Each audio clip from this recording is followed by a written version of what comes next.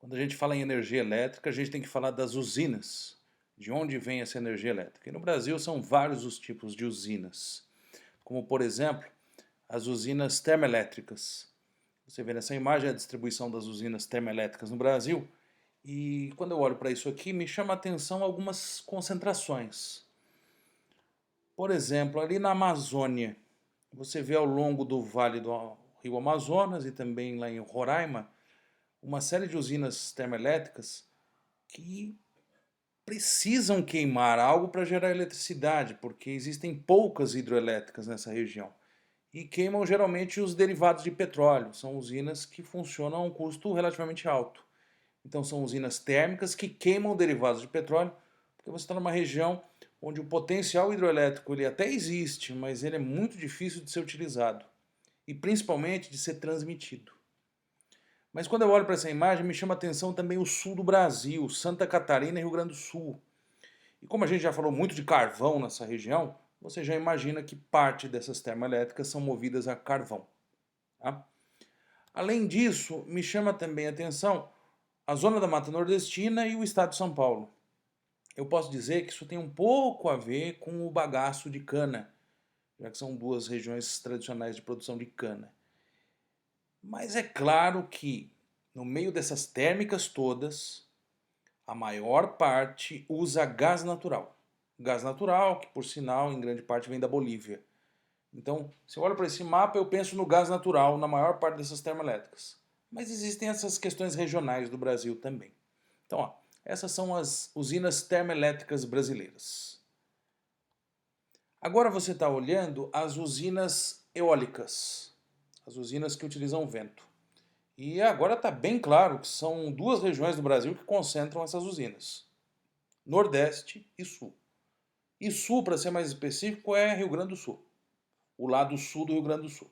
Já no Nordeste você vê no litoral do Ceará, principalmente, do Rio Grande do Norte, e uma boa parte das usinas eólicas também na Bahia, no Vale do Rio São Francisco. E não é à toa que está nessas regiões, porque se a gente observar, são exatamente as regiões onde você tem mais vento, maior velocidade de vento. Repara nessa imagem aqui, quanto mais escurecido o ambiente, mais vento você tem. Tem uma partezinha ali do estado de São Paulo, no interior, aqui próximo à Grande São Paulo mesmo, uma quantidade razoável de vento. Mas o que chama mesmo a atenção é o Vale do São Francisco, o litoral norte do Nordeste e o sul do Rio Grande do Sul. Então, falou em vento, falou nessas regiões. Essa imagem só enfoca o Brasil. Essa imagem aqui mostra um pouco além, mostra a América do Sul e mostra também um pouquinho do litoral já dentro do oceano. Olha que legal, você vê ali a legenda, a cor azul significa pouco vento, e olha que nesse mapa essa velocidade é captada a 100 metros de altura. Na imagem anterior era 50. A 100 metros o vento tende a ser mais rápido. Quanto mais você sobe na atmosfera, mais rápido fica o vento. Mas olha a Amazônia como é que é um lugar praticamente sem vento. Ali o potencial eólico não existe. Mas olha o Vale do São Francisco de novo, vermelhinho, né? O sul do Rio Grande do Sul. E quem chama demais atenção é o litoral. Quando você entra no mar, é vento que não acaba mais. Vamos lembrar que alguns países europeus estão aproveitando muito bem isso, construindo usinas eólicas no mar, já que existe ali a brisa, existe ali muita força do vento. E o Brasil, óbvio que pode aproveitar isso, principalmente lá no litoral nordestino, na porção mais ao norte do litoral nordestino. Bom, agora você está vendo as usinas fotovoltaicas, aquelas que convertem energia solar em energia elétrica. Isso daqui é uma coisa muito recente, nova e vai se expandir nos próximos anos. Mas já dá para notar um padrão. Região Nordeste de novo, Vale do São Francisco. Ali no estado do Pará também nos chama a atenção que existem algumas dessas usinas. Dá uma olhadinha nessa imagem do Atlas de Energia Elétrica da ANEEL e você vai reparar que realmente, onde tem muita insolação, onde tem mais horas por dia com sol, é a região Nordeste, é o sertão nordestino. Já a Amazônia é a que tem menos horas E por quê? Porque é muito nebuloso. É tão nebuloso que a radiação não chega. Muita nuvem, é muito úmida essa região. Tá? Mais uma imagem aqui, agora o continente sul-americano. E de novo, né? A escala vai da cor fria para a cor quente. A cor quente mostra muito mais radiação direta, muito mais energia por metro quadrado ou quilômetro quadrado, não sei qual é a unidade que você prefere. E ali, de novo, sertão nordestino com muita radiação sendo captada. A Amazônia menos, porque tem muita nuvem. Faixa litorânea do Brasil, inclusive a gente, também menos, porque aqui é muito nebuloso. E olha que maluquice a região dos Andes, no norte do Chile e sul do Peru. Ali é impressionante a radiação. Também você está no deserto de Atacama, é uma região desértica onde praticamente não tem nuvem. Então ali tem um potencial de geração de energia a partir de fonte solar impressionante. Repare também que não é só a Amazônia brasileira que está verde. Praticamente toda a faixa de latitude equatorial é verde. Inclusive os Andes ali ó, no litoral colombiano também não tem todo esse potencial. Bom, vamos seguir em frente. E no Brasil tem usina termonuclear também. Eu não gosto de falar de usina termonuclear brasileira, eu gosto muito mais de falar sobre solar ou eólica, porque eu acho que são coisas interessantes e com futuro. Agora, usina termonuclear é passado. É algo que, infelizmente, está na cabeça de muita gente, que o Brasil precisa de ter essa tecnologia, porque precisa e sabe-se lá para quê. Por enquanto, isso aqui foi muito custoso e gerou pouquíssima energia.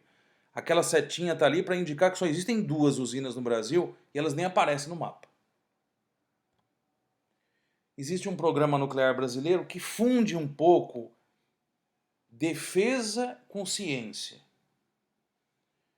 Energia elétrica com potencial destrutivo.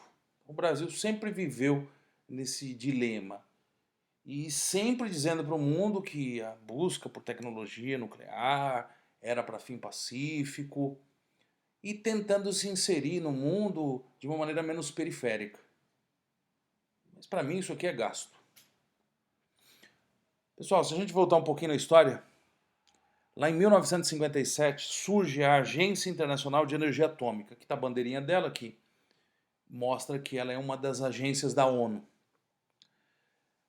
Uma das funções dessa agência era de tentar evitar um pouco a expansão da tecnologia nuclear para fins bélicos no mundo.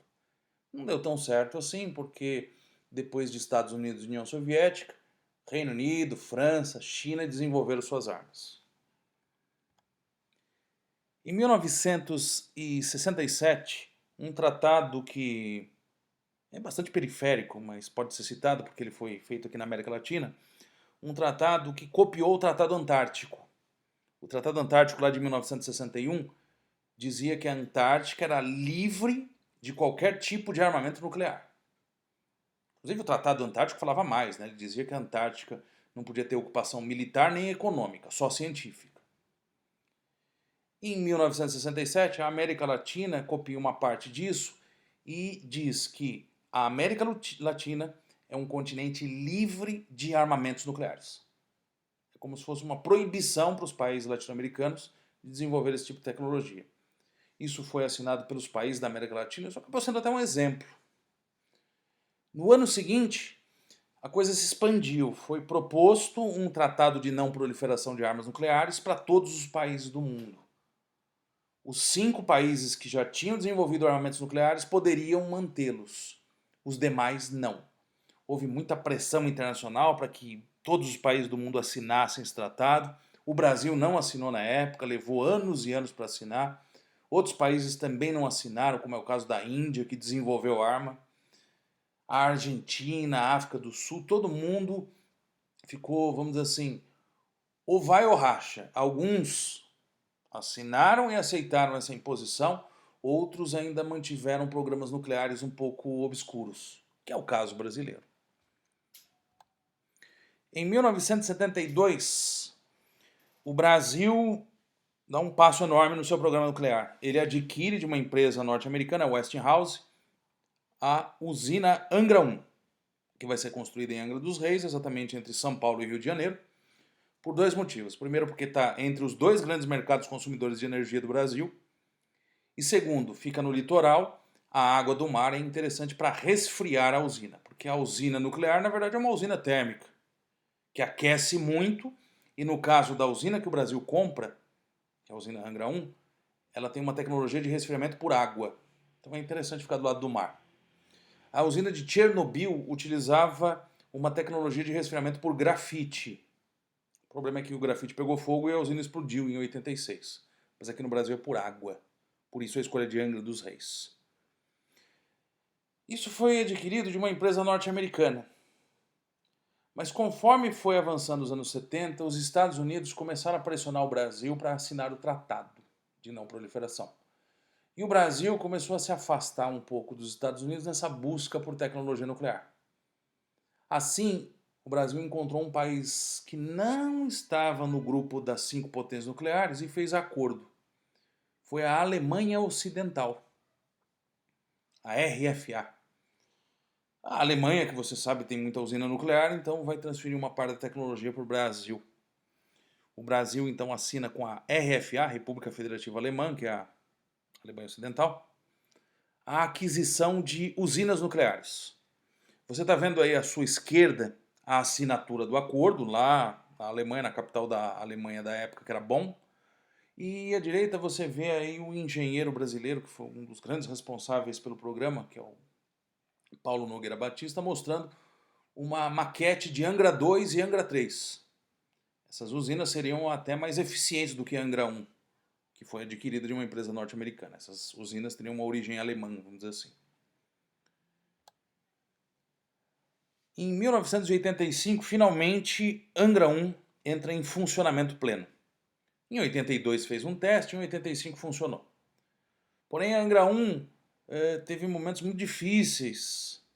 Foi necessário a construção de obras de reparo. A usina parou por muitos momentos na década de 80 e 90.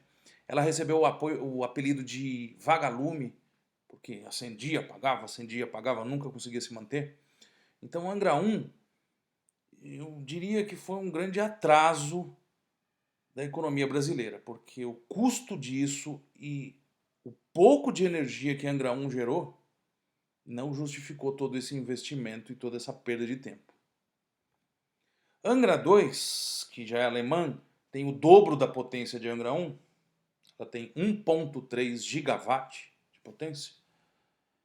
Entrou em funcionamento, funciona atualmente, gera energia para o Rio de Janeiro principalmente. Uma usina muito cara, levou muito tempo para ser construída.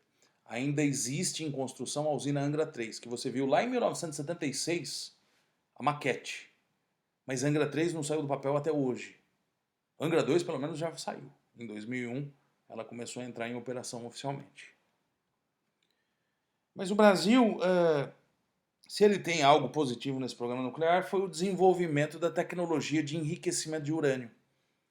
O país antes tinha que importar o urânio enriquecido, o urânio que contém um pouco mais do isótopo 235, e a Marinha Brasileira desenvolveu uma tecnologia de centrífuga para obter esse urânio enriquecido. Talvez seja a única coisa interessante desse programa nuclear. Em 2010, o governo brasileiro anuncia a retomada das obras de Angra 3. Lembrando que Angra 3 já tinha sido planejada lá em 75. Só que em 2015 se trava novamente a construção de Angra 3. Corrupção. Inclusive, o antigo presidente da Nuclebras foi preso. E era até almirante da Marinha, né? Então, situação difícil, um negócio que dispensa dinheiro demais. Tem gente que calcula que para terminar Angra 3 ainda são necessários 15 bilhões de reais. Anualmente se gasta em torno de 20, também estou exagerando, 200 não, 20 milhões só para guardar as peças de Angra 3, porque as peças já estão no Brasil. Falta a montagem da usina. Então, Angra 3, ninguém sabe quando isso vai sair, cada hora um governo fala uma coisa. A atual previsão, se for retomada, vai ser para 2026. Angra 3, para mim, é uma das piores coisas que existem nesse país. Mostra ineficiência, dinheiro jogado fora, perda de tempo. Mas tem gente que gosta porque é tecnologia. Agora, senhores, Observe Angra dos Reis, o mar à frente, ao fundo, uma forma mamelunar, bonita, e as duas usinas, Angra 1 mais antiga, ali no cantinho, e Angra 2, que tem um reator um pouco maior, ela tem até um pouco mais de potência. Angra 3 é muito parecida com Angra 2. E tem gente que critica a Angra 3, porque quando ela terminar, ela vai ser uma usina velha. Porque a tecnologia dela é muito ultrapassada. E vai ser aí nas proximidades de Angra 1 e Angra 2 que vai ser construída. Bom, então tá aqui as duas usinas. Lembrando que existem vários problemas relacionados a usinas nucleares, já falamos deles, e um dos problemas é em relação à água. A água que é utilizada para o resfriamento dessas usinas retorna ao mar com mais temperatura. E isso pode tirar oxigênio e matar uma série de espécies. Isso é um impacto ambiental seríssimo. Pessoal, quando eu falo em usina no Brasil, a primeira coisa que te vem à cabeça é a usina hidrelétrica. E aqui nesse mapa estão as usinas hidrelétricas brasileiras. Muitas. Óbvio que a gente não pode falar de todas elas, a gente só destaca aquelas que são importantes para o seu vestibular, aquelas que aparecem na mídia, mas elas estão aqui, ó. Uma parte enorme no centro-sul do Brasil, algumas na borda da Amazônia. Mas além das usinas hidrelétricas, eu gostaria de lembrar você que também existe um negócio chamado PCH, que são as pequenas centrais hidrelétricas. O que é PCH? São usinas menores, que causam menos impacto, que levam menos tempo para ser construídas e que demandam menos burocracia para serem instaladas. Muitos dizem que é uma saída mais interessante em termos ambientais do que uma usina hidrelétrica de grande porte, porque a PCH tem um lago bem menor. Tá? Só que o problema é que a PCH produz muito menos energia. Eu tenho que juntar várias delas para chegar próximo de uma usina hidrelétrica. E além da PCH existe também a central. A central geradora, que é menor ainda que a PCH. Essa daqui, o tempo de construção é muito curto, a burocracia é menor, o impacto também é menor. Mas claro, a geração de energia é muito menor do que a PCH, por exemplo. Bom? Pessoal, daqui a pouco a gente volta e a gente vai falar das hidroelétricas brasileiras, porque elas merecem um capítulo à parte, já que 2/3 da matriz elétrica brasileira provém delas.